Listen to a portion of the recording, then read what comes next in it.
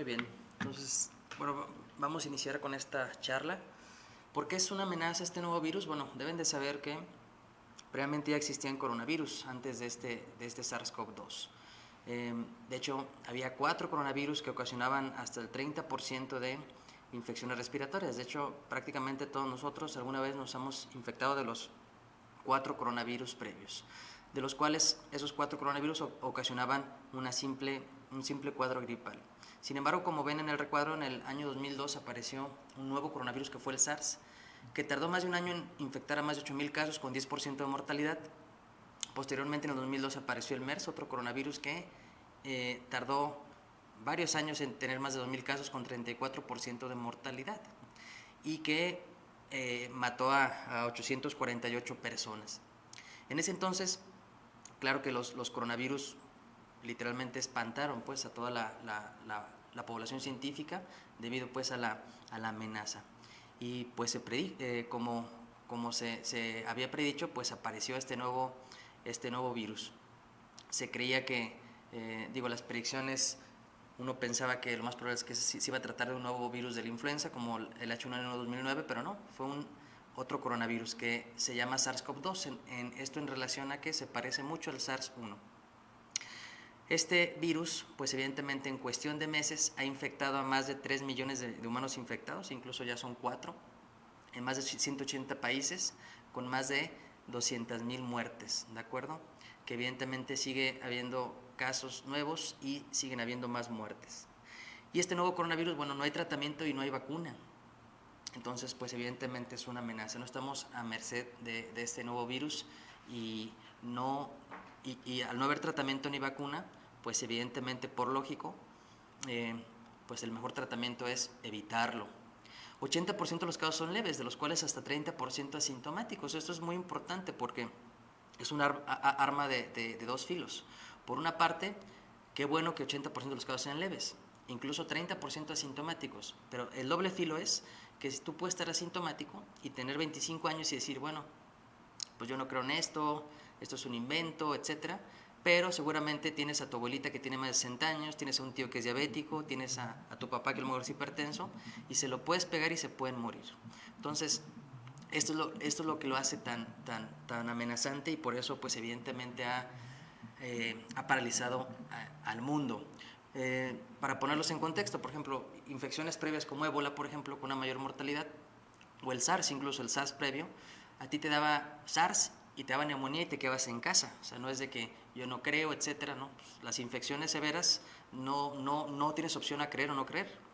Entonces, en ese sentido era una ventaja porque los pacientes estaban en cama y no salían. Pero este nuevo virus, 80% de los casos, la persona infectada puede elegir salir a hacer actividades no esenciales y, por supuesto, que transmitir el virus. Como les comenté en esa diapositiva, ya había 4 coronavirus previos que generalmente infectaban a aves, mamíferos, o sea, eran de los animales que debido pues al contacto directo, pues evidentemente brincaron al humano.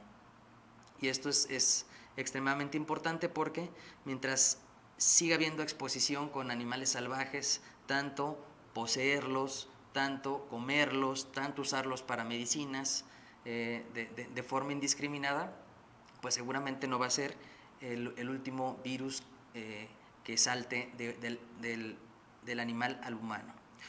Muy importante que la población sepa los mecanismos de transmisión, extremadamente importante, porque si ustedes saben los mecanismos de transmisión, van a estar a salvo. Literalmente infectarte el coronavirus depende de ti, depende de lo individual, no depende de alguien externo, ¿de acuerdo? Y deben de saber también esto, o sea, este nuevo virus nadie es culpable. Literalmente apareció, ha devastado a países de primer mundo como Italia, como España, y seguramente pues lo seguirá haciendo en mayor o menor medida de cómo respondamos como sociedad. Entonces, en ese sentido, como ciudadano, pues evidentemente, mientras más informado estés por fuentes confiables, seguramente todos vamos a estar mejor. La transmisión es por gotas y por contacto. ¿Qué quiere decir? De forma directa, cuando un humano habla, tose, estornuda, avientas gotas de saliva. En ese sentido, si estás en una distancia a menos de 2 metros, si esa gota te cayó en ojos, boca o nariz, te puedes infectar. Entonces, el contacto directo se da de esta forma. Y de aquí que el uso adecuado de cubrebocas, tanto quien tiene síntomas como el que se va a exponer al que tiene síntomas, y la distancia y la etiqueta de estornudar en la cara interna del brazo, pues con eso evidentemente no vas ni a transmitirlo ni te lo van a transmitir. La otra forma de transmisión y también de la más eficaz es el contacto indirecto. Este virus queda, por ejemplo, en llaves hasta 16 horas, en cartón hasta 36 horas, en metal no oxidante hasta 60 horas, en plásticos hasta 72 horas, de tal forma que si tú en tus objetos personales los tocas y no te lavas las manos y posteriormente te tocas la cara, ojos, nariz, boca, te puedes infectar. De tal forma que hay una forma directa, que es por gotas, y forma indirecta, que es que tú mismo toques la superficie donde está el coronavirus y te infectes. Por lo tanto, infectarte depende totalmente de ti. O sea, eso de echarle cloro a los médicos, enfermeras, pues eso no, o sea, no son radiactivos, no. O sea, depende de ti. Si tú usas adecuadamente tu cubrebocas, si tú aplicas la sana distancia y si tú te lavas las manos de 10 a 20 veces al día con agua y jabón, y si no hay jabón, alcohol al gel 70%, no te vas a infectar. Y por supuesto, en la medida que te quedes en casa, sobre todo en este periodo en el cual pues los casos están con una transmisión activa, más casos, pues no te vas a infectar. Y lo más importante, no vas a infectar a las personas que se pueden morir, ¿de acuerdo? Si uno lo ve fríamente, tú puedes decir, no, pues bueno, la mortalidad no es tan alta, solamente se mueren las personas mayores, diabetes, hipertenso, pero yo te invito a que lo vieras como se puede morir tu abuelita, tu papá, tu mamá, tu primo a lo mejor que es obeso, tu prima que tiene diabetes. O sea, literalmente es hacer esto y quedarte en casa es para las personas, para proteger a las personas vulnerables. Aquí es bien importante que sepamos que este virus tiene un índice de replicación que va de 2.2 a 2.7. ¿Qué quiere decir esto? Que cada persona infectada transmite la infección a 2 a 3 personas, que en los periodos de máxima contagiosidad puede infectar hasta 4 o 5.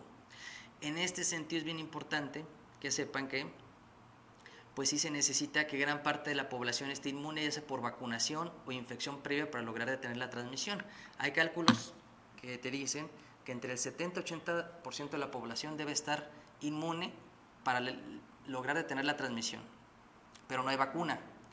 Entonces, ¿qué significa esto? Pues evidentemente que al no haber vacuna, sí, para que se acabe esto, este virus seguramente nos va a infectar de forma paulatina, y esperemos que infecte de forma paulatina a las personas sin alto riesgo, y en ese sentido que la forma paulatina va a darnos tiempo para evidentemente los pacientes que se compliquen, tener lugar para atenderlos dignamente, como gracias a Dios en Jalisco todavía estamos.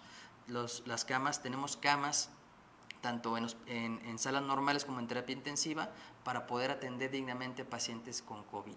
Si evidentemente si se infecta de forma repentina toda la población, pues evidentemente seguramente los que nos toque ponernos graves, ya sea tu papá, tu mamá, mi mamá, etcétera, pueden no tener pues lugar donde internarse. Por eso lo fundamental que sepan que el quedarse en casa es la forma, la estrategia de las más importantes para proteger literalmente a los que amamos. Entonces, fundamental, aquí estas gráficas mencionan cómo, por ejemplo, en infecciones donde no hay tantos, donde hay infecciones asintomáticas, es decir, sin síntomas, el quedarse en casa muchas veces es insuficiente, por lo tanto también se necesita un rol activo en la búsqueda de casos, es decir, que los pacientes que tienen síntomas, pues hacerles pruebas, de aquí que tanto el énfasis de hacer pruebas. Quedarse en casa ante este tipo de enfermedad muchas veces es insuficiente. En enfermedades, por ejemplo, aquí lo ponen como la viruela, el primer SARS, al no haber transmisión antes de los síntomas, si tú aíslas a quien tiene síntomas, pues ya no lo transmite. Sin embargo, como este virus, puedes tú estar sin síntomas y tenerlo, el quedarte en casa muchas veces no es suficiente, necesitas también buscar los casos de forma activa. Esta es la situación actual del COVID en el mundo, vean, al día de hoy. De hecho, estos son datos de la 1:30 de la tarde, y como saben esto es dinámico, en este momento pues eso ya es arcaico. Entonces, más de 4 millones de infectados, más de 280,000 muertes y 187 países. Y en México, 35,000 casos con 3,465 defunciones, o sea, el 10%, uno de cada 10, tristemente, fallece. Y aquí es bien importante que sepan esto. La Ciudad de México, la ocupación de los hospitales, tanto de camas en piso como terapia intensiva, está muy alta. Entonces, tristemente ahí a quien le toque, pues a veces no va a haber cama en donde hospitalizarlo. Nosotros en Jalisco tenemos afortunadamente un escenario distinto, y eso ha sido gracias a todos ustedes, todos y todas las y los ciudadanos que se han quedado en casa, que han acatado las recomendaciones, pues gracias a ustedes vamos bien. Y en ese sentido, en la medida en que sigamos así, si nos llega a tocar algún familiar enfermo, vamos a poder atenderlo de forma digna y con más herramientas. Y es bien importante que sepan esto, porque evidentemente pues esto cansa, ¿no? Es una enfermedad que cansa, y que evidentemente pues todos ya queremos salir, quisiéramos retomar la vida normal, y a veces el argumento es, oye, pero pues yo no conozco a nadie con coronavirus. Precisamente de eso se trata. Si no tienes un familiar enfermo de coronavirus, de eso se trata.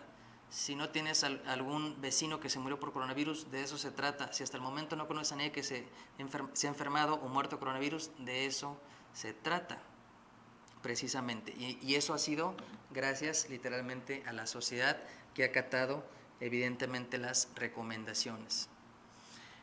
El periodo de incubación es de 2 a 14 días, que es el periodo más o menos en que el virus tarda en presentar síntomas. El promedio es 5 días, pero hay una transmisión asintomática, incluso antes de que el paciente presente o la persona presente tos, fiebre o de garganta, hasta 12% puede transmitir el virus. Y la probabilidad de transmisión es entre 3.9 a 4.7 días previos a los síntomas, y eso muchas veces es lo preocupante, como lo comenté. Aquí básicamente, pues imagínense el chavo joven de 25 años que opta por decir, no, pues yo no creo, yo estoy sano, si es más, un argumento que dicen, si no me toca aunque me ponga, etcétera, etcétera.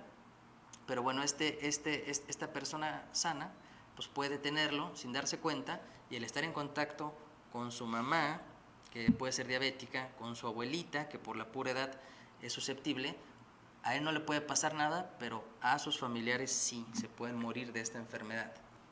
Y el escenario es que pues en la Ciudad de México estamos viendo ya cada vez más frecuentemente esos escenarios. Tengo ya prácticamente de hecho yo me entrené en la maravillosa Ciudad de México, y tengo muchos amigos allá, y prácticamente ya la realidad es muy distinta a la nuestra, lo cual quiere decir que está en nuestras manos seguir así. Y puntualmente, bueno, gran parte de mis colegas de la Ciudad de México sí tienen familiares que incluso ya han fallecido por COVID. Entonces, esperemos, depende de nosotros literalmente, seguir así. Si no conoces a nadie con COVID, si no se ha muerto nadie que conozcas por COVID, pues literalmente ha sido gracias a ustedes que se han quedado en casa. Es bien importante que sepan que los pacientes sintomáticos tienen la cantidad de virus al principio muy similar incluso que los que tienen síntomas. Sin embargo, mientras más enfermedad más grave presenten, tienen más virus, por lo tanto son más contagiosos. ¿Qué quiere decir enfermedad grave? Bueno, cuando requieres hospital. Y bien importante que sepan que los datos más importantes son fiebre, tos seca, dolores musculares, fatiga, ardor faríngeo, náuseas, vómitos, diarrea, y menos comunes dolor de cabeza y rinorrea, ¿de acuerdo? En niños es muy inespecífico. En niños realmente casi ningún signo síntoma tiene más del 50%, de tal forma que en niños tienes que tener un nivel de sospecha mayor. Les presento esta diapositiva que es la historia natural. Aquí se demuestra más o menos todos los pacientes que se han enfermado de COVID, cuál es su evolución. Si se fijan, la primera columna, 30% sin síntomas, ¿de acuerdo? Y ahí pueden estar contagiosos los 14 días, ¿de acuerdo? O sea, por eso es siempre la cuarentena de 14 días, ¿no? Entonces, un paciente, 30% es asintomático y literalmente puede ni siquiera darse cuenta que lo tiene. Y tristemente, y por eso lo hace tan complejo esta enfermedad, la gran parte de los asintomáticos son personas jóvenes y sanas, que evidentemente, pues, que pueden literalmente elegir no creer. ¿Por qué? Porque no se sienten mal y poner en peligro a los demás. 55% tiene los síntomas leves. ¿Qué son los síntomas leves? Un cuadro de dolor de garganta, tos, fiebre de bajo grado, dolores musculares, dolor de huesos, cansancio. Y aquí evidentemente solo el 15% que nuestro país, debido a que gran porcentaje de nuestra población tiene obesidad, tiene diabetes, 15% presenta síntomas severos, de los cuales 10% es neumonía, que es un síntoma severo, fiebre alta y cuando te falta el aire. Si a ti tienes fiebre alta y te falta el aire, necesitas hospitalización. ¿Por qué? Porque seguramente el virus se metió a tus pulmones y ya tienes neumonía. Entonces sí necesitas oxígeno y más tratamiento de soporte. Y un 5% de los casos son críticos, que generalmente aquí son mayores de 60 años, diabéticos, hipertensos, pacientes con enfermedades pulmonares como el enfisema, como el asma, pacientes inmunosuprimidos como el VIH, como trasplantados, pacientes con cáncer. Entonces, este tipo de pacientes tienen más probabilidad de desarrollar síntomas pues muy graves, de los cuales los síntomas críticos son, por ejemplo, que requieras un ventilador, ¿de acuerdo? Que requieras estar en la terapia intensiva, que requieras diálisis, o sea, que tus órganos empiecen a fallar. Y esta es la historia natural de la infección. Y por lo tanto, nomás puntualizar que los predictores de severidad son edad mayor de 50 años, de hecho a partir de 60 incrementa de forma muy marcada, ha afectado más a los hombres en gran parte de los estudios, tabaquismo, cualquier enfermedad, sobre todo enfermedad renal crónica, enfisema, enfermedad cerebrovascular, diabetes e hipertensión. Y las características para muerte son más de 60 años, cualquier enfermedad crónica, hipertensión, diabetes, cáncer. Las pruebas, es fundamental que sepan que la PCR no es perfecta y la PCR no es otra cosa que detectar el ADN, que bueno, este es un virus de RNA, pero detectar el material genético del SARS-CoV-2. Se hace la prueba en la nasofaringe, se mete un hisopo en cada fosa nasal y uno en la garganta, sobre todo en los pacientes que tienen síntomas o en los contactos de los pacientes que tienen síntomas. Y bueno, aquí esto de las pruebas, pues evidentemente todo paciente que tenga una infección severa, o sea, infección severa quiere decir que estés en el hospital, pues necesitamos hacer prueba de PCR, ¿de acuerdo? Porque como recordamos, mientras más grave esté el paciente, más virus tiene y más posibilidad de contagiar. Entonces, fundamental en pacientes hospitalizados a todos. En pacientes que no requieren hospitalización, que ojo, también es bien importante eso. Recordemos que el 80% de los casos tú vas a tener una infección pasajera. Por lo tanto, bien importante que sepas que si no tienes fiebre alta y no te falta el aire, debes de llamar a los teléfonos que da la Secretaría de Salud. Incluso hay un Radar Jalisco por parte de la universidad que después si quieren de la ponencia lo comparto, para evidentemente que te den seguimiento telefónico y la prueba. Porque si tú no tienes signos, síntomas graves y vas a una unidad COVID, pues si no tienes mucho riesgo de tenerlo, ¿no? Porque ahí llegan los pacientes más graves. Pero una vez que tienes, que desafortunadamente seas de los 15-20% que necesita un hospital, debes de saber que a todos necesitan la prueba de PCR, ¿de acuerdo? Y a todos se las hacemos. Entonces, ¿cómo quedamos? Este virus, no hay culpables, ¿de acuerdo? No salió de un laboratorio, literalmente surgió de un salto zoonótico por el contacto estrecho de pues con los animales salvajes, ¿no? O sea, murciélagos, etcétera, una gran cantidad de animales salvajes, pero evidentemente que esté en nuestro país no hay culpables, ¿de acuerdo? No hay tratamiento y no hay vacuna hasta el momento. Todos los tratamientos que se han platicado, incluso, como bien lo saben, al principio, el plaquenil, el famoso plaquenil que hasta se acabó, bueno, probablemente ya en los pacientes hace más daño que realmente beneficio. De hecho, hace arritmias mortales e incluso cuando lo llegamos a usar, que ya no lo usamos, pero cuando lo llegamos a usar al principio, por los datos preliminares que salían, pues teníamos que tomar un electrocardiograma todos los días. Y las personas indiscriminadamente en ese entonces empezaron a comprarlo y a tomarlo y hubo muchas muertes súbitas. ¿Por qué? Porque no es un fármaco seguro. Entonces es bien importante esto. Mantenerte al día con información oficial. ¿Qué es información oficial? Secretaría de Salud, la OMS. Literalmente en la medida en que estemos informados sin pánico. ¿Por qué? Porque este virus literalmente está en sus manos, está en las manos de todos. Si tú haces las cosas que te tocan como ciudadano, vas a estar bien. Y si hacemos lo que nos toca como sociedad, vamos a estar bien. Y hasta el momento, hasta el día de hoy, si preguntáramos a cualquier otro colega infectólogo, epidemiólogo, que cómo íbamos a estar para el día 11 de mayo, pues claro que hubiéramos llorado de alegría el estar como estamos ahorita. Entonces, en ese sentido, mientras más te informes por sitios oficiales, cadenas de WhatsApp, audios de WhatsApp, eso no es evidencia científica. Recordemos que la evidencia científica, ¿qué quiere decir esto? Por ejemplo, la evidencia científica es, tú, por ejemplo, simplemente algo, para que tú tomes paracetamol, hubo primero estudios en animales experimentales, en individuos sanos, voluntarios, posteriormente en enfermos, posteriormente se comparó con otro fármaco y luego ya se comparó con otras poblaciones, blancos, negros, asiáticos, etc. De tal forma, cuando a ti te llega un fármaco, pues hay años de estudios, de investigación, y por eso, si bien la ciencia, la medicina científica, si bien no es perfecta, nos falta mucho, dista de saber todo, pero es muy segura en ese sentido, ¿de acuerdo?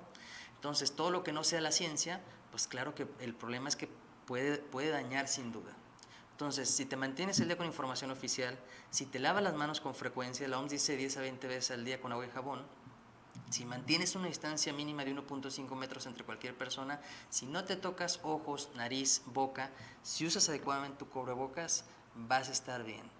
Entonces, siempre el lavado de manos es fundamental, y de hecho en el hospital literalmente, recién acaba de ser el Día Mundial del Lavado de Manos, ya que lavarse las manos salva vidas. Y súper importante entonces, lavarte las manos con agua y jabón. Si no hay agua y jabón, un sustituto es el alcohol etílico al 70%. Y bien importante, una vez que te lavas las manos, utiliza alcohol en gel. El resto de las cosas que habitualmente tú utilizas, por ejemplo, un teclado, tu mesa de trabajo, la taza del baño, hay que frecuentemente desinfectarlo. Limpieza es disminuir la carga biológica, literalmente es quitar lo sucio, pero desinfectar generalmente es con cloro, y evidentemente hay varias recomendaciones, por ejemplo, diluir 10 mililitros en un litro de agua, mezclar con agua fría, recordar que esas diluciones caducan 24 horas, no mezclar con otros detergentes, y frecuentemente esto con un paño húmedo de esta sustancia, tratar de desinfectar generalmente todo los objetos que te rodean, que utilices de forma frecuente. Viene bien importante el cubrebocas, ¿de acuerdo? El cubrebocas, ¿no? Un tema tan de moda, que de repente pues en esta nueva infección, pues evidentemente es natural el pánico, es natural que el miedo, ¿no? Sin embargo, mientras el miedo en algún momento puede ser positivo porque te ayuda evidentemente a ser más precavido, a no brincarte pasos, pero el pánico definitivamente es contraproducente. Entonces, recuerdo que cuando llegó el primer caso aquí, de repente se decía, no, es que en otros países han usado de forma universal el cubrebocas, etcétera, etcétera, como si fuera una medida que no se que no se conociera, ¿no? Entonces, en ese sentido, todas las decisiones, todas son basadas en la evidencia que hay. No hay ninguna que no se tome basado en la evidencia que hay. Y aquí es bien importante que sepan que lo demostrado es personas con síntomas respiratorios. Alguien que está enfermo, por supuesto que el cubrebocas disminuye la transmisión. Los que cuidan personas enfermas, por supuesto. El personal de la salud, por supuesto. Personas asintomáticas, creo que la gran mayoría, aunque no hay todavía evidencia sólida, pero evidentemente usándolo bien es aditivo y hay que usarlo definitivamente, ¿no? Al ser una enfermedad sin precedentes, que tiene más de 4 millones de infectados, que no hay tratamiento, no hay vacuna, cualquier cosa bien usada que sume, hay que usarlo, ¿de acuerdo? En ausencia de evidencia, ¿de acuerdo? Entonces, gran parte también a veces de esos mitos es, no, que los doctores no lo recomiendan, no, o sea, decimos que no hay evidencia y la evidencia es muy baja, o sea, es decir, yo como médico, yo no voy a recetarte lo que me dijo mi vecina, no, tómate un té de esto, o sea, no, si no hay evidencia, no lo recomiendo. Entonces, pero ya posteriormente hubo algo de evidencia, sobre todo en estudios en modelos experimentales, de que en asintomáticos puede funcionar y por supuesto que usándolo bien, pues evidentemente suma. Si lo usas mal, puede restar, porque recordemos que el cubrebocas es un fomite. Si tú te pones el cubrebocas en el cuello, te pones el cubrebocas de diadema, perdiste totalmente la utilidad, ¿no? Si tú te lo pones y no te lavas las manos, si tú te lo quitas y no te lavas las manos, te infectaste. Si lo tienes, pero te picaste el ojo, te infectaste. Entonces, aquí el tema es usarlo en todos, pero usarlo bien. Y bien importante, asegurar cubrir boca y nariz, no tocar tu cubrebocas durante el uso.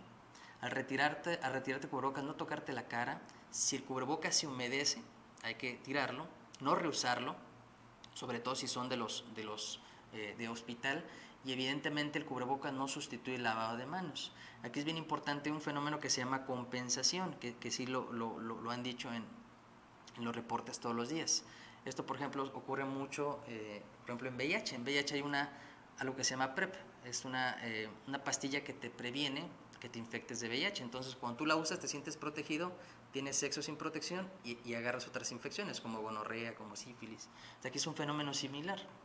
Muchas veces los pacientes que tienen el cubrebocas, pues no se lavan las manos, se tocan más el cubrebocas y pues eso puede ser muchas veces perjudicial. Entonces, ojo, usándolo bien es aditivo, no usándolo bien puede ser incluso perjudicial y no sustituye ni lavarte las manos, ¿de acuerdo? Quedarte en casa en la medida de lo posible y la sana distancia.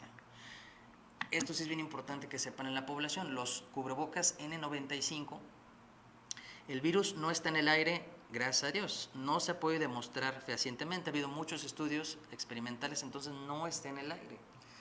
Eso es fundamental. De los estudios experimentales se ha demostrado que puede flotar como en 3 horas, pero en modelos experimentales, no es la vida real. Solamente sí puede estar en el aire en las terapias intensivas. Un paciente que está con un ventilador, un paciente que evidentemente le van a hacer una endoscopía, una traqueostomía, ahí sí necesitas ese cubrebocas N95 porque en esos casos sí puede estar en el aire. Entonces, si tú tienes un N95 y vas en la calle, literalmente son de las cosas que no tienen razón de ser, ¿de acuerdo? Así como usar guantes. O sea, si tú usas guantes en la calle, o sea, al quitarte los guantes ya te contaminaste, o sea, te tienes que lavar las manos. Entonces, ojo, los guantes en la calle no tienen ninguna razón de ser y el cubrebocas N95, literal, en la calle no tiene ninguna razón de ser, ¿de acuerdo? Y esto no es opinión propia, sino volvemos a lo mismo, es la evidencia científica. Mientras más nos apeguemos a la evidencia científica, las decisiones son mejores. Y bueno, fundamental, estas son las 3 I's en las pandemias. Información, que es fundamental, información por fuentes fidedignas. Hay, de hecho, muchas personas, de hecho, gran parte de la sociedad, y esto no es nuevo, por ejemplo, gracias a... bueno, yo me dedico al VIH, digo, ahorita por la contingencia estoy enfocado en el COVID, pero por ejemplo la historia del VIH es una historia de éxito y eso fue gran parte por la sociedad civil. La sociedad civil se informó, participó y pues evidentemente dio respuesta y soluciones a muchos casos en esta epidemia, que afortunadamente tiene un excelente pronóstico. Entonces, bienvenida a toda la sociedad civil con información fidedigna y sumar. El objetivo es sumar. Entonces, la información literalmente nos ha salvado, y seguramente esta vez no será la excepción. La buena información. 2, identificar casos fundamental. Y 3, aislamiento. Entonces, todo paciente que se identifique, que tenga un PCR positivo, una prueba positiva, se tiene que aislar para cuidar a los demás. Estas son las claves de las pandemias. Y aquí, evidentemente, nomás para terminar, recordemos que el pánico no es bueno, ¿no? Realmente esto es una enfermedad nueva. Como Estado vamos muy bien, definitivamente, y la mejor noticia es que depende de cada uno de nosotros. Las redes sociales muchas veces, pues evidentemente, como siempre, hay un cierto porcentaje de la población que siempre va a optar por no creer, ¿no? De hecho, hay muchos antivacunas, etcétera, etcétera, lo cual es bueno, cada quien es libre. Pero en mayor medida no se trata de convencer a todos, sino se trata de todos los que hemos hecho las cosas bien como ciudadanos hasta el momento, que gracias a todos ustedes vamos bien como Estado. El objetivo es que sigamos, y que el otro grupo que no cree y que no va a creer, si se une al barco, a nuestro barco, pues algunos ganamos. Pero creo que lo más importante es que no se bajen del barco todos los que han hecho las cosas bien. Y por supuesto que yo, muchas veces, claro que el tema no es mi expertise, no es mi expertise la economía, yo no hablo de algo que no sea mi expertise, pero sí quiero puntualizar una reflexión que yo tengo debido pues a que yo trabajo con orgullo en el Hospital Civil de Guadalajara, que atiende a la población más vulnerable de Occidente, no sobre Jalisco, sino de más estados. Yo he visto a los pacientes más humildes que hay, seguramente en México, y no conozco a ninguno solo que no daría todo lo que fuera en sus manos, todo, por salvar a un familiar. Entonces, en ese sentido, es fundamental que sepan que todo ese esfuerzo que estamos haciendo es para salvar a las personas que amamos. Y bueno, de forma como para concluir, entonces, protegerte contra el COVID está en tus manos, literalmente. Si te lavas las manos con frecuencia, si mantienes la distancia, te mantienes informado, si no te tocas la cara, si haces la etiqueta respiratoria y si usas adecuadamente el cubrebocas, y si evidentemente tienes síntomas, acudir a recibir atención médica. Si tienes síntomas leves, de forma telefónica. Si tienes síntomas graves, acudir a una unidad COVID. ¿De acuerdo? Síntomas graves, les recuerdo: falta de aire, fiebre alta. Mientras hagamos todo eso que está en las manos de cada uno de nosotros, seguiremos estando bien. Muchas gracias. Bueno, vamos a entrar a la sesión de preguntas y respuestas. Y bueno, la primera pregunta es que si se deben de lavar las llaves y los celulares. Lavar no, pero evidentemente se puede desinfectar, ¿de acuerdo? Es decir, es importante que tengan en una caja, así que eso al llegar a su casa los pongan.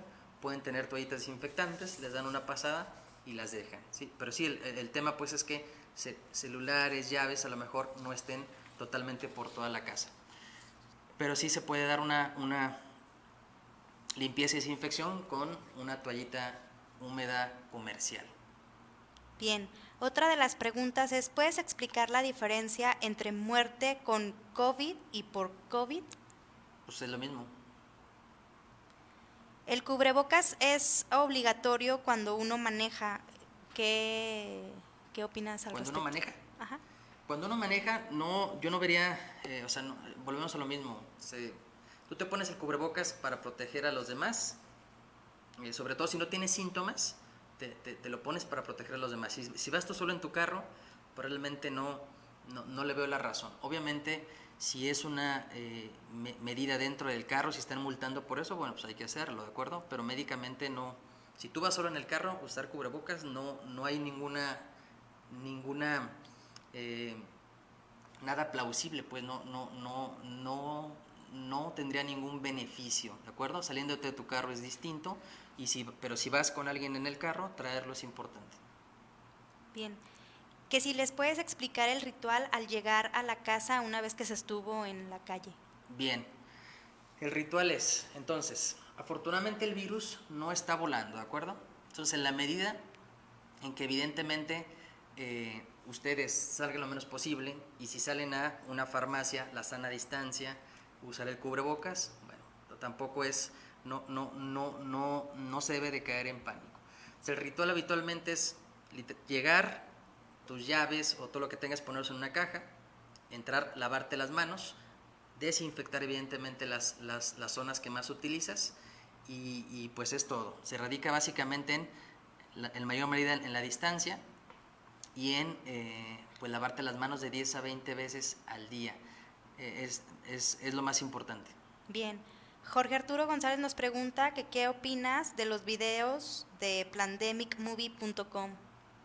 No te sé decir, no me suena que sea algo científico, pero mi respuesta sería lo desconozco. Con mucho gusto, si compartes el link, los puedo revisar y te contesto ahí mismo. Bien. Otra pregunta es que en el caso de los adultos, ¿ayuda el tener la vacuna del neumococo y la de la influenza? Pero por supuesto. La causa más común, ahorita antes del COVID, de muerte por infección, sobre todo en mayores de 65 años, es la neumonía por neumococo e influenza. Entonces, y bien importantes, de hecho es un ejemplo de las vacunas. Muchas veces cuando la población, yo lo vivo como infectólogo, que me dicen, no, es que yo me puse la vacuna y me dio gripa, por eso yo no me vacuné. Bueno, la influenza, la vacuna para la influenza no es para protegerte de gripitas ni gripotas, te protege de que no te mueras por influenza. Y a mí me toca verlo tristemente del otro lado, cuando ya está muy grave el paciente y que tiene todas las posibilidades de fallecer, y que pregunto, ¿se vacunó contra influenza? No. Entonces a veces eso es lo malo que tristemente a veces no se puede expresar a la población. La vacuna para la influenza es para que no te mueras por neumonía por influenza, no para que te protege gripitas ni gripotas. Y la vacuna contra neumococo es para que no te mueras por neumococo, ¿de acuerdo? Entonces sirve, por supuesto. Si a ti te da COVID ahorita, claro que te puede infectar un neumococo, y lo cual puede aumentar la severidad. Por lo tanto, si estás protegido contra influenza y neumococo, pues estás más protegido. Otra de las preguntas es que si los cubrebocas para niños se recomiendan. Sí, claro. O sea, el objetivo es todos, usándolos bien, todos, ¿de acuerdo? Bien. ¿Qué vitaminas pueden tomar y cuáles darle a los más pequeños? La verdad es que las vitaminas volvemos a lo mismo de la evidencia. Uno como médico, recordemos que es riesgo-beneficio. Uno trata de todo lo que uno da a un paciente, que sea lo más beneficio con el mínimo riesgo. Las vitaminas no han demostrado muchos estudios que disminuyen el riesgo de infecciones. La que más se ha acercado y que tiene algunos efectos in vitro, quiere decir en experimentos, más cuando ya los utilizas en adultos, no demuestra eficacia, es la vitamina C. Aquí más bien la recomendación es que estén activos en casa. La buena alimentación, ¿qué quiere decir? Bueno, hidratarse bien, comer frutas y verduras, alimentos bien cocidos por lo pronto, evitar grasas, evitar alimentos grasos, evitar embutidos. En la medida en que estemos bien alimentados, con buena actividad física, muchas frutas y verduras es lo mejor, más Bien. que vitaminas. La última pregunta dice que si tomar agua caliente ayuda a que no te Definitivamente contagies. no. Ok, pues son las preguntas que nos han hecho. Agradecemos al doctor Pedro Martínez Ayala el tener esta charla con nosotros y no nos queda más que invitarlos a que nos sigan a través de todas nuestras redes sociales y estén informados de este y muchos temas importantes que tenemos para todos ustedes. Muchas gracias y excelente inicio de semana. Gracias a ustedes.